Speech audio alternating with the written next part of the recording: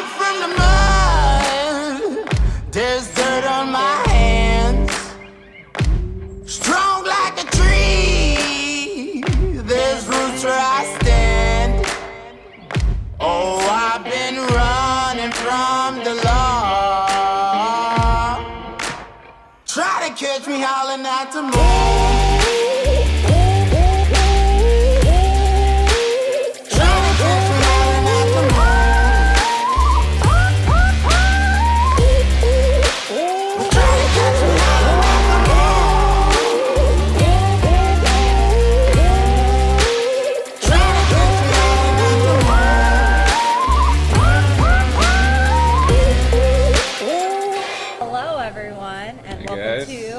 Episode 5 of Beer Talks. We're so excited. We are filming back again at the Casual Pint. We are open currently, so maybe we'll have some random people coming up and asking some questions as we're talking. We have with us today, yay, live, see us. We have today with us Merlin from Ortega. Welcome, buddy. Welcome. Thanks. Thank you. Glad to be here. I'm going to do this little watch party thing for y'all, and then I know it's... boom! Is that all I have to do? It is start a watch party. And we're all doing our Of tech course, thing, you know, of I'm course. having the I'm issue. going to put this on the floor now, because otherwise I'm looking at it all day. Right. So vain. Yeah, it's... He's like, I like to watch myself in Right. videos. I'm going to rewatch myself like 8 times. Yes, exactly. So today we are going to be talking about adjuncts, additives to beers, for other people to know whether it gets added in the beginning, at the end, during the process, to add a flavor, to add spice, to just bring out something in the hops or anything like that. All things that the crazy beer world does to make beer taste like anything. Yes. Everything. We got interesting beers today. Yeah, I'm excited for these beers. Yeah. So tell us, I know you're originally from New York. No, actually, no? I'm originally from Arizona. Okay. I moved here with my mother when I was like 3, and I grew up here, went to school here, graduated college from here, and then after college I decided that I wanted to live in New York. You know, faster pace, I was in marketing, I wanted to be a madman. I achieved that dream. Love that show. For like the last like 6 years of me being in New York, I was literally working on Madison Avenue as an advertiser, marketer, strategy. Wow. Big man. And in that time, my wife and I decided we wanted to start this brewery, Ortega, which is the mashup of both our names, right? I'm Merlin Ward, she's Mimi Ortega, we are Ortega. And the brewery was fun. It was a nice little like nano system. We opened up inside of a little distillery, and we shared this tasting room, and we made some beers, had a fantastic time talking to people. Nice. The concept grew to enough that we decided to distribute a little bit outside of the tasting room. So we got a distributor, and we started contracting some of our stuff to make bigger batches that we couldn't do in-house. And it was great. And then we had our first kid. And the world changed for the better. Yes. But we didn't have any family connections out in New York. Her family, my wife's family, was from Dominican Republic. My family was still here, and so we decided we needed to move somewhere where we could be closer to family and friends with similar, kids and things. That's awesome. No price difference. Too. So we came back. Yeah, the price difference is great. Let me tell you what. Did you actually live in Manhattan? We didn't live in Manhattan. We were always Brooklynites. Okay, Brooklyn. We lived in 3 different neighborhoods in Brooklyn. But Brooklyn Knights? It's Brooklyn Knights. Brooklyn What else would it Knights. be? Brooklynanders. Brooklynados? Brooklynados. I don't know. But we had a lot of That fun. was it all. Like, meh. But yeah, moving back out here, we decided when we moved that we were going to bring the brewery. So the goal has been, all of this year, is to find a place, open a brewery. It has not gone right in any way whatsoever. All this stuff. COVID has really thrown a wrench into everything. But we're still on hunt, so we'll see where we're going. You're still looking at Tempe, Chandler, Mesa area? Yeah, so East Valley definitely. Been honing in on Tempe. Only because I think that the younger drinking crowd that's there during the school year will help. Yeah, Particularly now. We were looking at like Mesa and Chandler, but all the restaurant closures that I've seen have mostly been in those cities, so it's been difficult. Yeah. It's been difficult. Oh, there might be some cheap space. That's true. It's not going to help the customers come in, though. No, that's true. Yeah, that's the problem. True. Chandler's, there's some good stuff going on in Chandler. They got Chandler's great. Downtown Chandler, Yeah. beautiful. We actually almost did a space in downtown Yeah. Chandler. Yeah. Maybe we still will. We'll see. We'll Yeah. see. It's all up in the air currently. But. couple highs. Hi, Sammy. Hi, Matt. Two of our bigger fans. They All watch right. every week. It's Every really week. wonderful. Oh, hi, Sammy. Hi, Matt. We appreciate it. So tell us, you're still in process of finding a location and Yeah. everything, but I know I read kind of about your concept. It's just all about sort of honoring those ancient, I guess, like the historical brewing processes and styles of beer and everything. Like, what made you want to go in that direction? What's your favorites? What do you love to brew? What do you stay away from? So when we first started, the concept was actually herb, spice, and fruit beers, honoring back to pre-Reinheitsgebot, which was when Germany's law decided that all beer should be made with hops, water, and wheat or barley. They forgot about the whole idea of making things with wheat, apparently, in that law. But before that, beer wasn't necessarily just made with hops. It might have had hops in it, but they were also using a lot of different herbs and things for bittering and for flavoring. Yeah. Think of like today's Gruit, but probably a little tastier. And so we wanted to honor that. We wanted to kind of explore those ideas. And from when we first started, we always wanted to make beers that would complement food.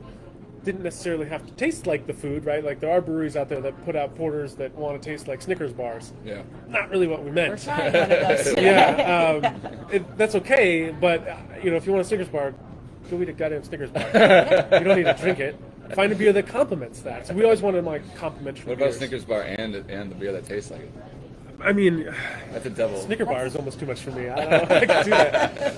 That's a lot. It is a going lot. on. I don't know. So we've expanded from that. Herb, spice, and fruits has it broadened into more of like the ancient ale ingredients. So there are ingredients that people have used to make ferments all around the world before beer was named beer or ale.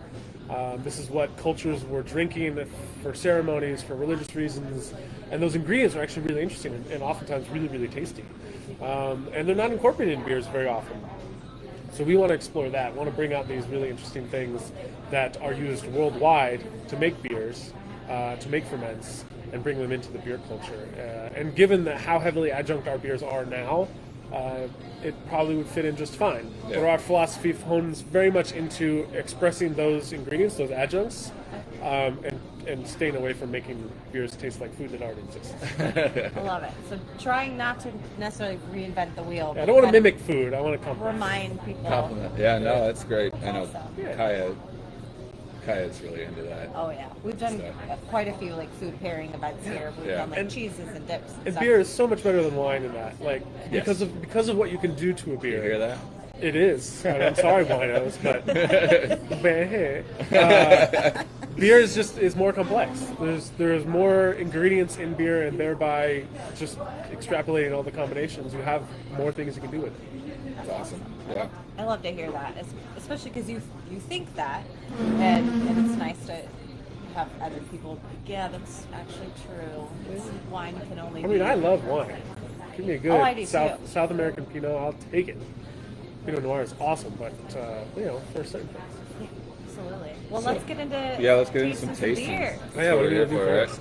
So we're gonna start off with the new. It's not so new. It's a 4-year-old beer.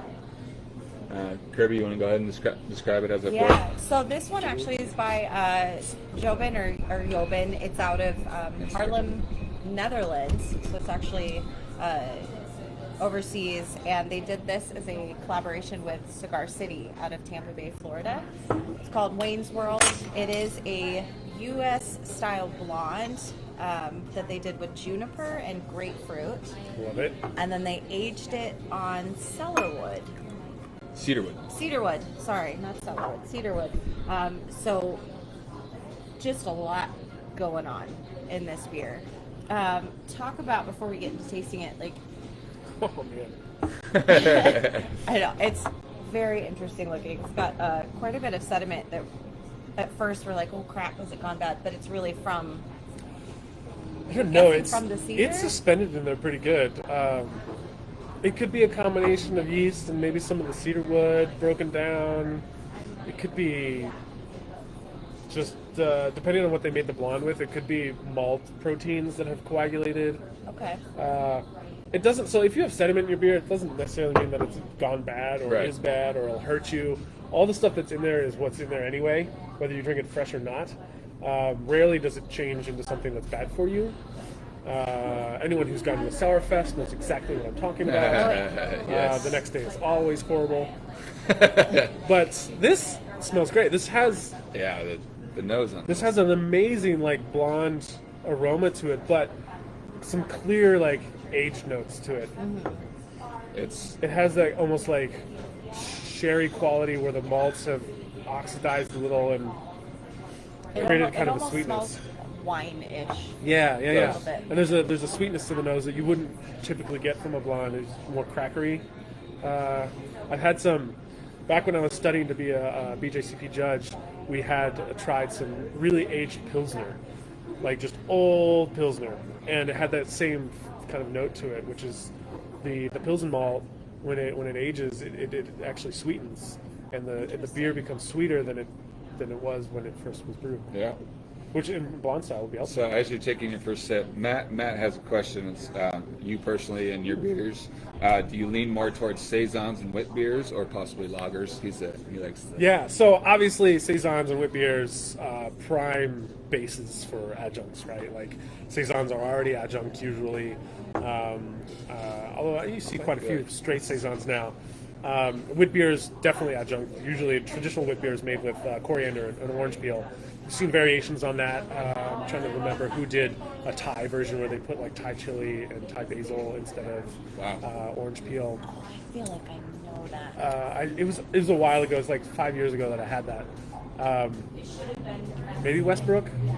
Westbrook. Maybe yeah. Westbrook did Who cares that? from Westbrook. Yeah. But no, I see ancient ale ingredients being incorporated in all styles. In fact, we have a really great beer that we've done test batches of, which is a cassava lager. So cassava is yucca with one C root. It's a South American and African tree that when you harvest the root and you can eat it, you make yucca chips with it. It's popular in the Caribbean. But just like potato or any other starchy root vegetable or bulb, it can be fermented. So they make vodka from potatoes. You can ferment this thing when you break it down in the right conditions, and it makes this really clean flavor. It's super clean, more than malt would be. In fact, it's the primary ingredient that when they break it down into its sugar components is what they make tapioca out of. So it doesn't taste like tapioca because tapioca has vanilla in it, but it's that flavor. It's that gelatin. Nice. Very nice. I really want to try that beer, but I feel bad. 'cause Hopefully I that don't like answers your tapioca. question. Oh, I know. It doesn't taste like it at all. Okay, I'm like, made me feel like a bummer for a minute. I really enjoy this beer. This is I tried really it- good. I Yeah. tried this last week, and it was a little funky to Yeah. me. But now that trying it again here in the last couple of weeks, I enjoy this beer. I really do. It's really different. The juniper. Yeah, definitely tastes in grapefruit. tasting it, the juniper gives that kind of botanical bitterness to it, and it's really well balanced. Yeah. It's There's easy for no- juniper to get out of hand, and a that lot is of- good. I feel that way too when you get a lot of those beers that do like juniper or rosemary or Rosemary can get out of hand too. can go crazy Yeah, in that direction, yeah. and you're like, you can't even drink a whole pint of it because it's too much. I Yeah. know. However, on one that was really good, Megan over at Greenwood Brewery, she did a rosemary IPA for Strong Beer Festival, and Yeah. I haven't was tried that one. I was at that beautifully fest too. balanced. Yeah, rosemary is a tricky one. The interesting thing about these adjuncts is, especially given today's technology, you can get any flavor in just about any format. And what I mean by that is, like, if you want a raspberry flavor, you can get fresh raspberries, you can get pureed raspberries, you can get freeze-dried raspberries, you can get raspberry powder. Juice. Yeah, you can get all kinds of versions of these ingredients. Back in the day, they were probably just using the original fruit, throwing it in there. But because of all those options, you can incorporate these ingredients in all different ways, right? And so for rosemary, presumably, I would say that they used it as a dry hop with the other hops. It's an IPA. You won't need a whole lot of fresh rosemary to get good flavor. Dried herbs is when it starts to get real tricky because potency, like the oils are still there, but the weight isn't because all the water's gone. And so when you try to weigh these things out as a brewer, it's always tricky to figure out, well, is it dry or fresh, and what's the ratio and component. Much in the way the hops are the same way, right? Because your hops have alpha acids, beta acids, and a bunch of other chemicals in them that influence their weight. And so pelletized hops are very standardized and tested to that degree, but whole hops, like wet hopping, a whole other trick to the game. But I've rambled too much for one rosemary. No, you're good. Oh, that's awesome. But that brings up an interesting topic, I guess, of like, how do you as a brewer decide between, let's say you want to do a raspberry beer, what makes you decide in one direction to go, I'm going to do dried versus I'm going to do fresh versus a juice? Like, what do you see kind of the differences of how it turns out. In the beer? I think to start, it's really about local. For me anyway, it's about what's local. In New York, there wasn't a lot of citrus, so all of our citrus is, of course, imported one way or another. We got special delivery. Yes. This is Jeremy, everybody. He's back. Hey. So I think to start, when you're choosing an ingredient, it's about locality and seasonality. And a lot of times your fruits aren't going to be in season all year round, although today, because of technology and supply chain, you can usually get an orange any time of the year, right? It didn't always used to be that way. But then the flavor is also different. People, if you eat an orange in the midst of winter, it's going to taste different than right off the tree in April, right? Yeah. And so there's that to consider is the actual final flavor of what you're putting in. And then it's about where you want to put it, right? If it's a zest, usually the fresh zest is the best. I did not mean to make that so Dr. Susie. Fresh zest is the best. Fresh zest is the best. That sounds like a little Right. pity. And that you can throw in the boil because the heat helps extract those oils. Yeah. Or if you've got a lot of time, throw it in with the ferment. I've seen dry hopping with zesting done before. We've done a beer like that in the past using prepackaged zest, so it's a dried zest versus a fresh zest. But when it rehydrates in the ferment and then it pushes its oils out, you get a really interesting flavor. The flavor components do vary. The longer something sits in the liquid, the stronger the flavor generally gets. Boiled flavors you have to be careful with because if you put them in too early, much in the way like hops, those aromas will volatilize and they'll be pushed out of the liquid into the steam and they won't be in the final product. So you want to do like late additions for a lot of the flavor components, early additions for like undertones and bittering. When you throw zest in the very beginning of a boil, like you would like a hop, you'll get a very similar bitter component, sometimes even worse because of the pith. But then dry hopping, I mean, you can dry hop just about any ingredient and you'll get that note in the final beer. Yeah. We'll cover process, I think, one of these days. What dry hopping versus wet hopping versus. Well, I'll give you a good analogy, right? So our philosophy, we see the beer world as having 10 ingredients, right? So Reinheitsgebot is 4. It's water, hops, yeast, and barley. Yeast was added many years later when they realized what it was. And then there's herb, spice, and fruit, right? So those were the 8 that we were working with when we first opened. And then when we started looking at process and all the different ways you could vary your process. Oftentimes, as a home brewer, do either of you homebrew? You made beer before? No, I failed miserably. So I quit. My uncle does. Yeah. My friends that do So it's a kind of classic trope that if someone posts into your homebrew group like, "Hey, this is happening in my beer. What do I do?" Like 99% of the time, it is just let it sit. Give it time. Just give it time. It'll go away. Usually, right? That's the answer. And so time is number 9, and that works in a lot of ways. One, it's You're full of rhymes here. Yeah, there you go. Dr. Seuss over here. Time helps old, like big beers age well, like barley wines. You need to give them time so that they don't feel so hot. There's something that happens with the alcohols that when they're first created, they're actually really potent and kind of stinging. And if you let that mellow out, is what they say, over time, it disappears.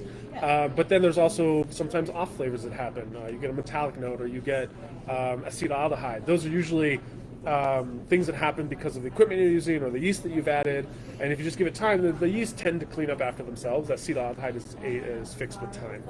But then there's just like barrel aging, right? The whole idea of adding time to your beer in a different place, like this beer was, and creating a whole new flavor experience with time, just because of where it is. Yeah. Oh yeah, that was actually our subject last week. Yeah. Oh, and barrel we aging. had it was Barrel barrel aging.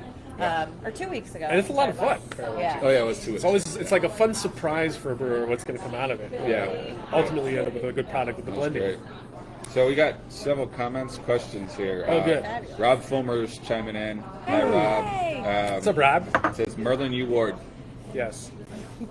So that's what he said. That's all he says. That's all Rob He says. probably wants to know what the U is for. It's unbelievable. Let me tell you what. Oh my God. I did see that on their thing. I was like, what the U? Okay. The U. So there's another. The reason I have the U, I'll give a big background. Before I left Arizona, I was running my marketing agency, and there was another Merlin Ward, and I always wanted to be the top of Google search for Merlin Ward, and so I added the U to differentiate myself. He's an older gentleman. I shouldn't say older. He's probably like my dad's age, but he's a screenwriter. His son went to school out in California. I've actually tweeted with the guy. Nice. But he always shows up. If you search Merlin Ward, he'll be like the third or fourth one. I added the U to differentiate myself. It is actually my middle initial, but I won't tell anyone. I didn't even tell my wife until we were engaged. Wow. I showed her my passport finally. So it's a secret. And I always come up with some unique way to tell Unique. you what it Unique. is. Yes, I yes. love it. If anybody can guess it, will you say that's correct? Yeah, but you'll never guess it. All right, guesses. It's very unusual. We also got Matt. Yes, we answered it. Love playing with beer a little bit. Sammy asks, is Ortega readily available in AZ? No. Not yet. Not yet. Yeah, Sooner than unfortunately, later. Ortega isn't available anywhere currently, except in my garage where I have some bottles left over. But we hope to be able to produce beer by the end of the year. Yeah. Or if there's a contractor out there that wants to help us can some stuff. There you go. I'll ask around. Yeah, there you go. Thank Yeah, you. we can do that. I've always had a hard time trying to brew with mint. Man. I found that to be tough to incorporate. Although I really wanted to give it a try. Always impressed when people nail the herb flavors. Yeah. Mint is an interesting one. So mint quickly gets out of hand. Yes. It oxidizes very quickly as a plant. So if you leave it in beer that is still fermenting, it can create some funky mint flavors, a mint flavor that you don't like think of like rotten mojito. My recommendation is, if you're truly set on using the mint leaf, is to give them a really good slap and then put them in at the end of fermentation as a dry hop, but at the end of fermentation, because you don't want any extra things happening to it with the yeast or the oxygen. The other way to do it, and as a home brewer this is really easy, is just use mint extract. There's no shame in using extracts. You'd be surprised how many commercial breweries are getting the flavors they use with extract. So go for it. Like if you're bottling or you're kegging, just do a couple of drops at a time. Taste your way through everything, just like a chef would. You taste as you go, and you get to a place you like it. Keep in mind that carbonation is going to mask those flavors a little bit, those sensitive flavors like mint, basil, thyme, etc. So you might need a little bit more than you'd think. But extract's a really easy way to get the flavor you want. And I would use a water or alcohol-based extract, not an oil-based extract, because it's not going to mix with That's your good beer. advice. Water and oil. There you don't go. mix. There you go, Matt. I love Eunuch? Yeah, right. No, I got a kid. Clearly. Not Thanks, the Kaya. unit. That was Kaya. Oh, yeah, great.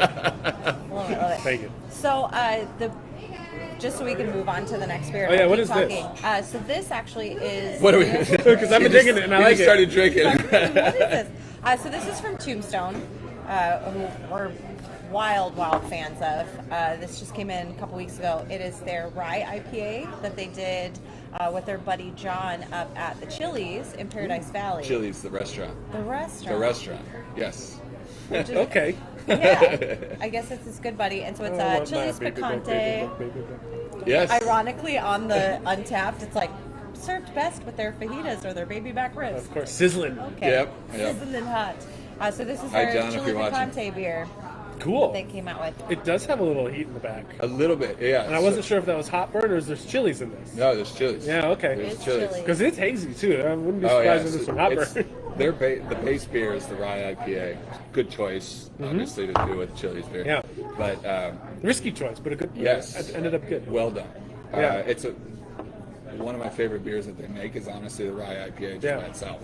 And then you add the little subtle heat. It's not super apparent as you drink more and let it settle. And then it starts to build up. It will. It's been his fun one that every time somebody orders it, it's like, Yeah, like did you get it yet? what Did you get it what yet? point in the glass did you get it? And I did some research on this too. They actually did a quarter pound of habaneros and cayenne pepper. Cayenne's a great to pepper, yeah. quarter pound per barrel. Per barrel. Quarter pound is a lot of peppers. A lot of peppers. We did a while back. We did an imperial stout with cayenne pepper and habanero pepper and vanilla, and so we had to overcome the vanilla flavor with the heat because they would fight each other. Sure. But that's one of those occasions where I made my own extract Amazing. and put it in an alcohol-based extract, and I don't know how many I put in per barrel. But it was a lot, and it was tasty. This is really, really good. I also love a rye beer. I had just before the COVID thing hit, I was down at Beer Research, and they had a rye IPA that they had done, a rye ale that they had done. Really, really good. Rye is a fantastic ingredient. Your mash tun will hate you, but it's a fun one, and the flavor from rye is something like surprising. And if you want to change up one of your recipes, swap out for like 10% rye, and you got a really interesting beer going on. That's awesome. Yeah, this as normal, Tombstone kills it. We actually have another one in our lineup. Yeah, we'll get in there. Last up. I just had a lot of fun with Talking stuff. with Weedy about this one. He wanted double the spice. He was aiming for really? double the spice. I mean, this is a lot of spice, and the fact that it's a hazy is already kind of hit me in the chest. So one of the reasons I think we chose this beer is because you hear about chilies and everything in stouts. You don't see it a lot in lighter beers. True. Why is that? So my personal theory is that a lot of people are afraid of the heat, right? There is a microcosm of people who love to punish themselves with hot peppers. I'm one of those people. Yes. I make my own hot sauce at home. I love punishing myself. Oh wow, right? cool. And I think what the darker beers bring about is that it has that kind of chocolate note to it, and chocolate and heat have always been a pairing, right? That's a very old pairing, Mexican actually. chocolate, But to put something lighter with it, even back in New York, the Big Alice Brewing was one of our good friends, and they do a really fantastic saison with jalapenos, and it has a lot of heat to it too. But with jalapeno comes in the pepper flavor. Yeah. Yep. And I think what a lot of people struggle with is balancing that pepper note with the beer, because that fleshy pepper of a jalapeno can actually get out of hand pretty quickly if you're not careful with it. So habanero or chili, cayenne pepper have thinner walls. There's less pepper flavor, more heat.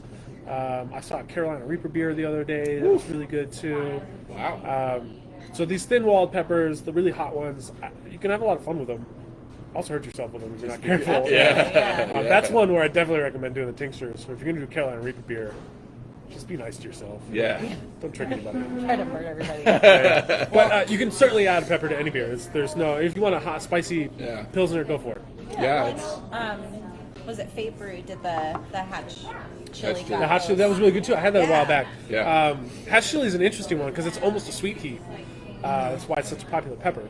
It's also local, or semi-local in the vicinity of Southwest. I love a little hatch chili. Yeah, I'm hatch from New chili. Mexico. New Mexico. Yeah.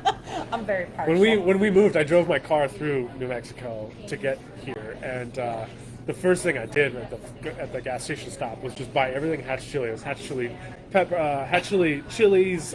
We had beef jerky, like popcorn, chips. Yeah. I was looking for hatch chili beer, but apparently New Mexico's weird because they don't sell beer in the convenience stores.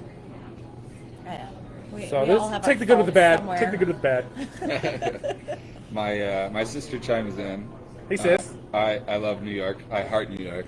Uh-huh. She actually used to live in Manhattan. So, and then my brother-in-law used to live also down in Brooklyn too. Scottsdale Beer Company, the Carolina Reaper IPA, I believe. Oh, they did? No, so the Carolina Reaper beer that I had was in New York somewhere. Oh, okay. But that's cool that Scott still did one. Yeah, I didn't. I have to didn't reach know out and that. find that one. I Yeah. didn't know. Yeah, that's interesting. I hope they're still alive. I thought they canned that one. No, probably not. They don't. Did they can? I don't think they can. Oh, they can. No. Yeah, I heard about that when the COVID first hit. They had some news about Yeah. how they were hurting real hard. Yeah. But they did open in April for takeout. So As far as I know, they're still. as far as I know, they're still there. Yep. We Cool. hope you're still there. Yeah, we hope. Yeah, I was just on a guild meeting call, and it didn't sound like anyone was gone. Good. Good. Cool. I like that. Well, Cool. another Cross your spice fingers. beer that's an interesting one too. We actually just tapped Dillinger out in Tucson. Did a Serrano-based wheat beer. Yes. See, wheat beer is also a great one because it's Yeah. naturally sweet, or it's low hop, so it has more malt sweetness to it, Yeah. fermentation sweetness to it. Shout out to Dillinger. Yeah, well, I'll try that after we do these. Oh, yeah. It's way more on the nose. This one I do get. It's almost like as it As you. Yeah, it's down. as I'm It's right, drinking like it, right it, here in the like, lymph nodes. sits Yep. Mhm. just kind of back Absolutely. there. I don't get it right away, and then as Sure. I'm going for another one, like ooh, Isn't that a cold cure? It's like honey, Yeah. cayenne, and ginger, and Yeah. it's all right here in the lymph nodes. Whiskey. Whiskey. Sure, everything needs whiskey. Whiskey. yeah, always. So this is your first time having it, yes. Yeah. Even though we've had it on tap He for a keeps little asking bit. me to. We've had it on tap for Were you just a scared? week or two now. No, I love spice. She just Okay. wanted to. Anything. I am a spice You wanted to drop the hammer crazy here with person. us. Yeah, Okay. I try as much as possible to have these beers First when time. we're trying it. Yeah. Yeah, for the first So time. everyone 'Cause can see your face. Yeah, and hopefully I reaction. don't make so bad of one. Although, I'm now sorry, really there was conscious one a of the few face I weeks made. ago. I was like, put this one down. She didn't like it. It's great. It's okay. We all have different palates, and I think that's what I'm more and more coming Yeah, that's to right. terms with. This is that it's a palate thing. It's not that this is a bad beer. Or Yeah. that's a bad beer. It's just simply And with so many options in beer, there's Yeah. something else for your palate. Something for everybody. Yeah. Something for everybody. absolutely. We all get different notes and things. Totally. And, there was a Hubbard's. It's called Say Nut again. Yeah. And it had like walnuts and hazelnuts and peanuts and Wow. something else. Allergy And, drum.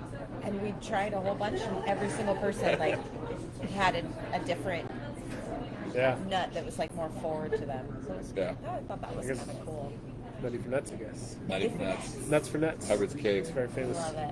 Let's get New York into face. speaking of Wait, we're pushing this aside. darker, crazy flavored beers. Yes. Oh yeah, are we getting into the good ones? Yes, Or the better ones? Or the different the ones? different ones. So, The next ones? we have the Throne, Turn it up. also local here. Throne, the Graham Cracker Molasses Porter. Shout out So, to Ali. Hello. I cheated on this one yesterday. Oh, you had it already? I did. I did. So I no one did. look at his face because he's already had it. I cheated on Watch this our one. face. This is actually so Throne. You want to go into Throne? If you might know a little bit more about it than I do. I know that both of their locations in Glendale and then the one they're about to open up in Peoria, that they've actually taken over other breweries that since Freaking, right? passed Freaking, away, yep. I guess. Passed away. Freaking. When did and the then- freaking passed away? Or they moved. No, That I think was they the just weird turned part. I off. They wasn't- Yeah, they just They're just like, we're done. yeah. Okay, that was kind of the Yeah. storyline. I wasn't quite sure. And it sounded like it was planned before the COVID thing hit, too. Yeah, it was. It So- was. Yeah, it's just the timing was Yeah. coincidental. Yeah. It wasn't because. Because I know that Greenwood was contract brewing with Freakin'. Yes. For a while, Oh, and they it was were. before COVID that I think we got one of the last like batches that she made, and she's like, I don't know where I'm going next, but hopefully I'm opening soon. And, you know, good luck to her. She should be opening up this month, by the way. Peoria. Greenwood. Oh, Greenwood. Yeah. Downtown. Yeah. Super Yes, I've excited been for her. following that. That's Hey, a Megan. great story. I love her. But this one in Throne, they are going to be opening up in the old freaking building in Peoria. They took over the old Dubina building in Glendale. So Dubina became Throne. Perfect. That's what I wasn't sure is Yes. exactly that When did that happen? storyline. The name change and the brand change is probably within the last 6 months. Oh, really? Yeah, very Okay. within the last year for sure. For sure. Cool. Because we used to carry some Dubina, and now we carry Throne. But I had this. This was one of their first beers once new ownership came on. This one here, and they've done a couple batches of it, and I think it's getting better and better as they do it. So So wait, did you say what was in this? Graham cracker molasses porter. Order. Okay. I have feels about this, but I want to taste it first. Yes. And I'm sad to say there's really not much information online molasses- as far as The molasses is definitely there. super on the nose. I'm interested in hearing what molasses they used. If it was just like blackstrap, or it almost tastes like maybe, or smells like they might have used something along the lines of like date molasses or something, because it's sweet. It smells sweet, like Yeah. grapey. It's very sweet, and I feel like I get the graham cracker a little bit on the end. Yeah. So this is my my dig on this whole beer. It's like graham cracker is a processed food that you can put between, or chocolate and marshmallow on, Yeah. and make a delicious treat with. But Hashtag s'mores. but it's a done product, and it's food, and it doesn't need to be in a beer, in my opinion. It's my opinion. Graham crackers made from a variety of grains. I'm actually not even sure what. There's generally cinnamon on it, things like that. Individually, those components would be interesting to put into beer to see if you could recreate graham cracker. But throwing graham cracker into the beer, much like throwing tortilla in the beer, is that you don't notice it. It's not like, oh, this is distinctly graham cracker. Yeah. Which is why we always Ortega strives to make beers that complement those foods, right? If I wanted to make a beer that complements a s'more, I might go for a smoked beer, right? To give you that campfire remembrance or that memory trigger. But this is tasty. I won't say it's not. It's very definitely a tasty highly beer. enjoy this beer. This is my It smells great. Kinda like You that. have that sweetness that's really kind of thrown me for a curve. But yeah, I'm with you. I don't taste a lot of.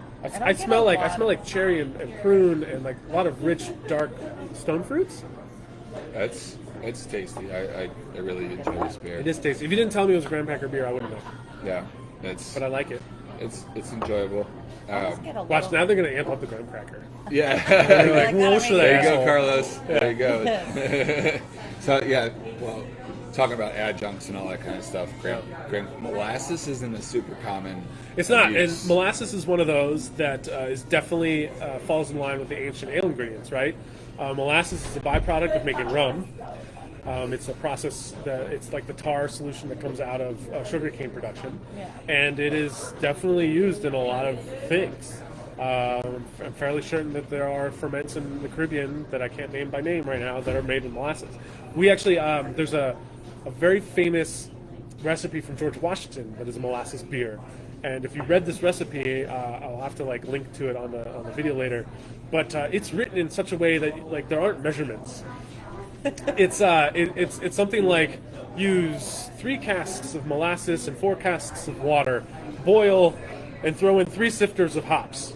Oh my god. No one knows what size the sifter is. It's obviously not pelletized hop. It's probably fresh hop. We have no idea what hop. You can only assume it's East Kent Bowling or a variant thereof because that's what's in the U.S. So the New York Public Library did a contest, not a contest, but a showcase, asked a bunch of breweries in New York to make it based on the recipe. And it was surprising the difference that came out of it. And the reason I called out date molasses was that one of the guys used date molasses, a very expensive molasses, versus a blackstrap, which is what I used. Okay. And his came out much sweeter and fruitier, and mine was kind of darker and kind of the worst parts of brown sugar, to be honest. Still interesting, still tasty, but that molasses note, if you know what molasses is, that is in there, and it is good. I think molasses is one of those fun ingredients to use in darker beers because it complements all the things that the grains are. Yeah, that's awesome. I'm a fan of this You had beer. a second, you had a second pour. Yeah, of course. Yeah, I definitely. Well, this is my We always jam. claim This the ends of whichever sweeter, one darker we want. beer. the Well, most. there's plenty in there. Sweeter, darker beers. Which one do you like to take it? I think I've tasted a couple different versions of this, and this has Yeah. definitely been my favorite. It's definitely a sweeter version than the previous ones. I like it though. I think it should be sweet. Yeah, I yeah. almost want to put a scoop of ice cream in it or Yeah, something. And Totally. give Make a it- beer float with it. Yeah, because I get That would go well. hint of vanilla almost at the end, at least in my palate, and I think putting a little bit of vanilla ice cream in it would just It's also not very hoppy. There's not a lot of bitterness to it. It's balanced, but there's not a lot of bitterness. You can almost reduce it and use it like a syrup for ice cream. Ooh, there you go. There you go. So There how you would, because I'm curious, how would you do that?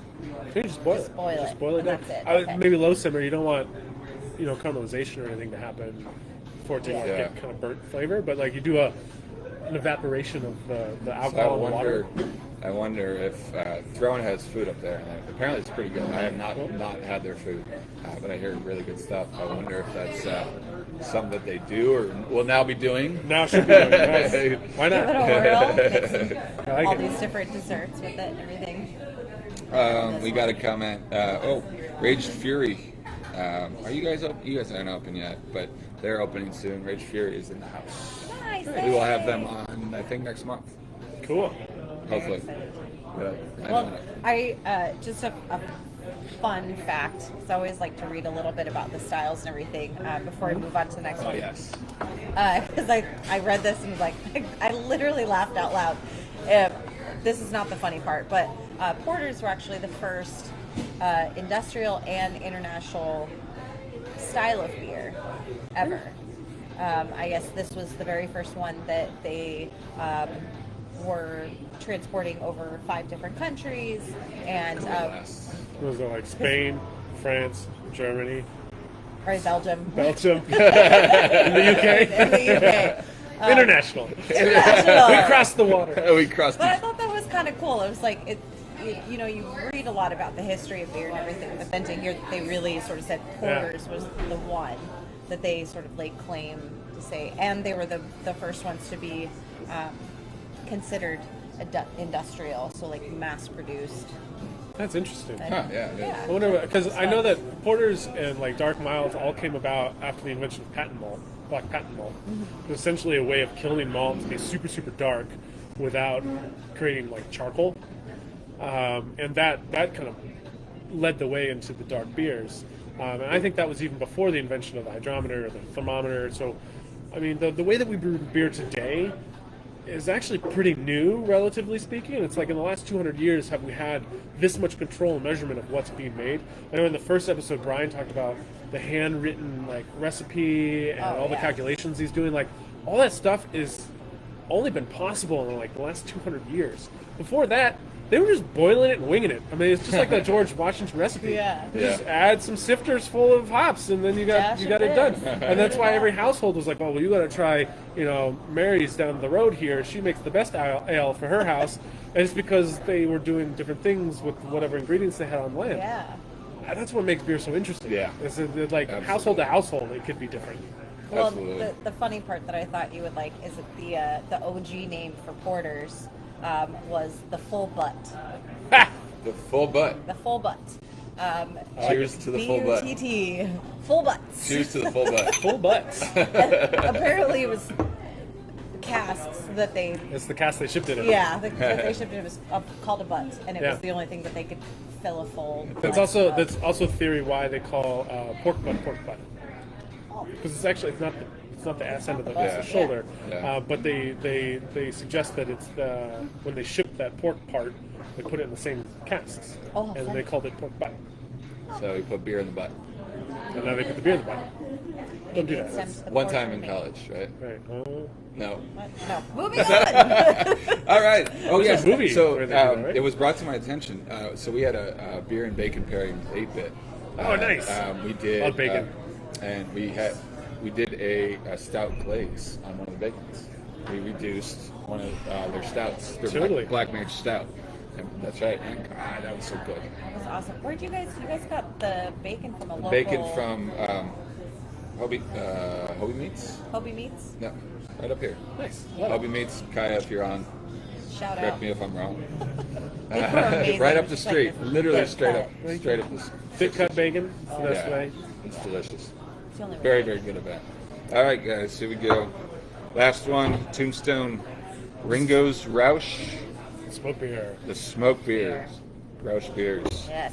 So this is a malty amber lager, otherwise known as a Rausch beer. It's typically made, correct me if I'm wrong, but German beechwood smoked malt. Yep, that's traditionally the smoke. Yeah. Now, of course, they Gotcha. make smoke malts with just about any wood under the sun. If you're familiar with barbecuing all of those woods, there are grains available smoked with those woods. You can get cherry, mesquite, whatever the whatevers. I'm not a barbecue expert at all. Ooh, But you can get I love- any kind of smoke you want. Well, this one I noticed they had talked about kind of two different spawn styles of Rausch beers. And I'm not going to pronounce these right because it's all like Dutch, German, but Gadzooks. Oh, the Gradzook? Gradzitsky. Gradzicki, Duh. which is used typically with smoked wheat, and then Lichtenheiner, I think I have terrible Lichtenheiner handwriting, sorry. is like a It's more- goza with smokes. Yeah, Yes. more of like that smoked barley side. It's where a lot of like Berliner Weiss come from. Yep. If you think Liefeld. Berliner Weiss with smoke malt or smoke character, it's a Lichtensteiner. It's interesting. There's another brewery, and I was talking to Justin about earlier. I can't remember the name. If I try to say it, I'm going to butcher it, and I'm German. It's really sad for me to do that, but I think it's Schenkendler. What was it? I'm not going to say it again. It was bad. Anyway, they traditionally they kiln all their malts in the traditional format using birchwood fire, and so all of their malts end up with the same birchwood note to them, whether it's a pils malt or a dark malt. And so all of their beers that they produce then are also smoked. So your Weizenbock is smoked, and your Rauch beer is also smoked. And it's just an expression of how traditionally these malts were made. It's not necessarily the beers. It's just because the malts were manufactured in a specific way that all the beers ended up having smoke quality. Okay. So I love a Rauch beer. I think it's one of the better styles. It's a lager technically, so it's got that nice light body, high typically a higher carbonation, but then just like barbecue, it just smells. It smells good. I'm not gonna lie, I was a little bit afraid of this one. I've tastes actually great. never had It's great. a Rauch beer. Now there's ever. something else in this, right? It's not just the smoke or On the back it says. beechwood smoke Yeah, malt. it smells like your barbecue. Yeah, Tasty. I mean this is a beer Very that you tasty. could. If you don't have a grill, you could. It would be a waste of this beer, but you could totally boil your brats in it and then cook your brats, and you'd have a smoke flavor infused. Like, it's a delicious drinking beer. If you're not familiar with drinking smoke, like think of all the great whiskeys you've had. Like Scotch is very much like this. Yes. Sorry, it's not whiskey, it's Scotch. But that peatwood smoked flavor is very similar to beechwood smoked flavor. I was actually going to make that comment, and then you said it. It reminds me a lot of like drinking a really airy, light, non-alcoholic scotch. If that makes any Yes, sense. no, that's exactly what it tastes like. I came into this really thinking I was Gonna hate it? hate this beer, and We found a new love. I actually quite enjoy it. It's nice. I can 100% see cooking with this. Yeah. Drinking it alongside with like grilled steaks. And the irony of it is that it's perfect for grilling outside with, even though it's a dark beer, which comes with the connotation of being heavy, like Guinness, which also is not very heavy. Yeah, but right. dark beers come with this negative connotation of like, oh, it's only for wintertime. So no, you could drink this in the Arizona sun by the pool and feel great. Yeah. This is delicious. Yeah, it is. It's Great. Good job, Tombstone. yeah. They nail everything. They nail everything. And I am not a smoked beer fan because of some bad smoked beers. Overly smoked, just like It's eating one of that those ingredients campfire. that gets out of hand quickly. Yeah, this is it's moderate, I would say. Not light, but moderate. Yep. Yeah. I've definitely had some overly smoked ones where it's just you're licking the campfire. And this is It well can get done. that way. I love kind of without the smoke. I think it's delicious. I love ambers. I love the malty beers, the browns, the stouts. That's right. Yeah, you love stouts. I remember Yeah, you told me that. absolutely. So this is delicious. Again, they nailed it. A couple other people saying that they've had it and enjoy it too. Awesome. Good. I hope the sound is still okay. I know we're getting that late night Getting little, crowded. little happy crowd Yeah, in here. Social distancing crowded. That's Social distancing crowded. Yeah, we're still not at shoulder to least shoulder or anything. 8 feet away. Right. Yeah, exactly. Wow, this is delicious. So talk about that a little bit, like how some of those could get away from you. Do you think it's because they're trying to add like liquid smoke and doing that kind of thing? It could versus be. using- not to say that it's an inexperienced brewer, but sometimes a brewer doesn't have experience with a specific ingredient, right? And you have these options, and sometimes you've chosen the wrong option, essentially. And liquid smoke is one of those where I'd be really careful with liquid smoke because it's already somewhat of an artificial smoke flavor. It doesn't taste great in and of itself. I would definitely go with the smoked malt. Smoked malts, you can use them up to 100%. It just depends of the grist. A whole beer could be made with all smoked malts if you wanted it to be. In fact, there are breweries out there that will take their entire grist and just put it in a smoker and let it do its thing, and then pull it all out and brew with it, whether it's a smoked malt or not. When I've brewed with smoked malts, I've done a Rauch beer like this, where it's 100% smoked malts. I've done as little as 10%. It really depends how much of a character you want.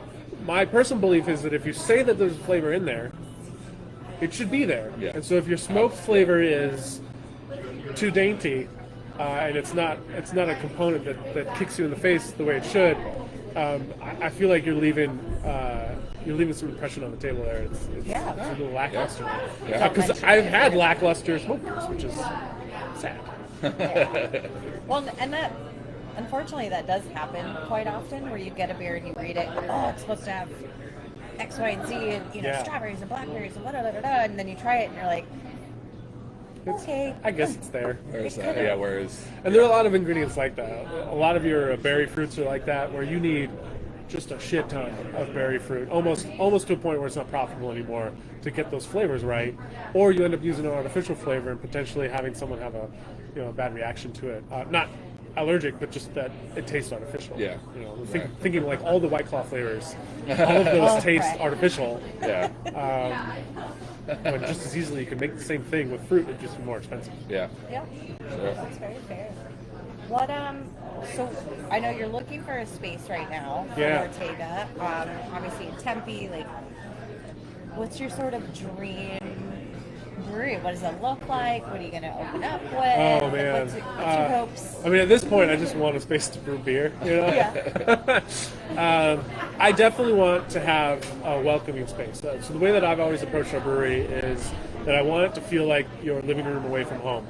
Right? So I want you to be able to come in and lounge. I don't want to have uncomfortable chairs. I want you to come in and feel like you can hang out. Because I would prefer you to hang out and drink 10 beers and feel at home versus turning the tables quickly.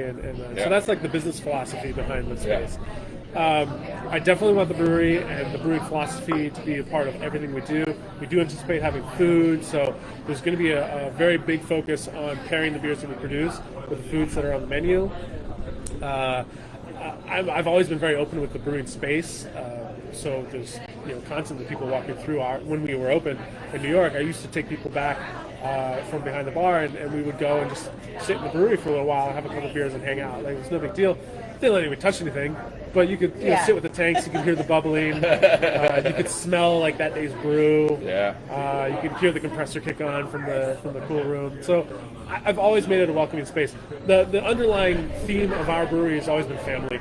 It's my wife and I. We're a family name. It's a family concept with the CSA that we did when we first opened. It was a bottle program where you basically bought in and you became part of the family. Awesome. And then family comes with benefits. We're there for you. We're there to support you. You support us. By no means are we just there to take your money and give you beer. We want to be part of the community that we're in. And so it's kind of a nice fit for us to come back to my hometown in Arizona and be able to be a part of Phoenix. And Phoenix has been really welcoming to us too, even in our short time here, without even having any beer. Right? Like, I'm sitting here with you guys. Yeah. I don't even have any beer to bring, and I'm sorry that I don't. I wish I did. No, we're excited. But thank you for supporting us. Right, of course. Yeah. Is there any way that anybody out there watching can support you? Do you have a retail store going on? So we do offer gift cards online, but those gift cards currently aren't redeemable for anything. Right. So you can support us by throwing us a couple bucks if you want. But right now, what I think is most important is that we're supporting people who are open and producing beer. Sure. I've seen, we've been in a very divisive space currently between kind of the race riots and COVID, and who knows what else is going to come. I was joking earlier today with somebody that, like, if aliens came and landed, it would not surprise me. Yeah. I just asked them to please get in line. They need to be Hopefully they riding drink tracks, beer. so that's- You know, so I think right now we need to unify, and no matter your beliefs, no matter Love it. who you are, get out there, support the businesses that you love. If you are an advocate and an ally, please support the Black-owned businesses that are here in the Valley, because they are hurting probably more than most now, and they're feeling scared. And I think we need to do our part, support the communities we're part of. So get out there, come here, buy beer. They have employees and mouths to feed too. So that's the most important part. So don't go to my website. Don't buy a gift card. Spend the money somewhere else, somewhere that needs it. Local, please. Well, I was on your show, and we Yes. talked all about community, and it was all about community, and we immediately bonded because of that. Your family, our community aspect of things, you know, kind of our hometown pub feel, and Yeah. you know, our outreach, and dog rescues, and all that kind of stuff that we do. So I think we're super excited to have you. Thanks, man. In town. Can't can't- wait to have that first beer. Exactly. Maybe I'll pop over to that garage one of these days. Yeah, come on, I got some stuff. There you go. Try out some stuff. That's right. I appreciate it. Well, thank you so much for joining Thanks for having us. me, Kirby. Hope you guys enjoyed it. Feel free, of course, to post any comments or questions. Matt says North Phoenix could use a brewery. You got two new Oh, you've got breweries. two. up You've there. got the Porch and you've got Simple Machine. Both Yeah. great breweries. Yeah, There you go. I need to get to those places. I went up there. We bought Simple Machine is next to a furniture shop. We bought our coffee table there. Yeah. And I stopped by Simple Machine and Yeah. then we went to Porch I'm after. hearing good things about both of them. Both of them are doing great, and they both really need your help too because they're recently opened. Yeah, very new. Absolutely. All right, guys, thank you very much. Thank you. We'll Cheers. see you guys next week. Cheers. Cheers, you guys. Cheers. Cheers. I'm back to the spot or the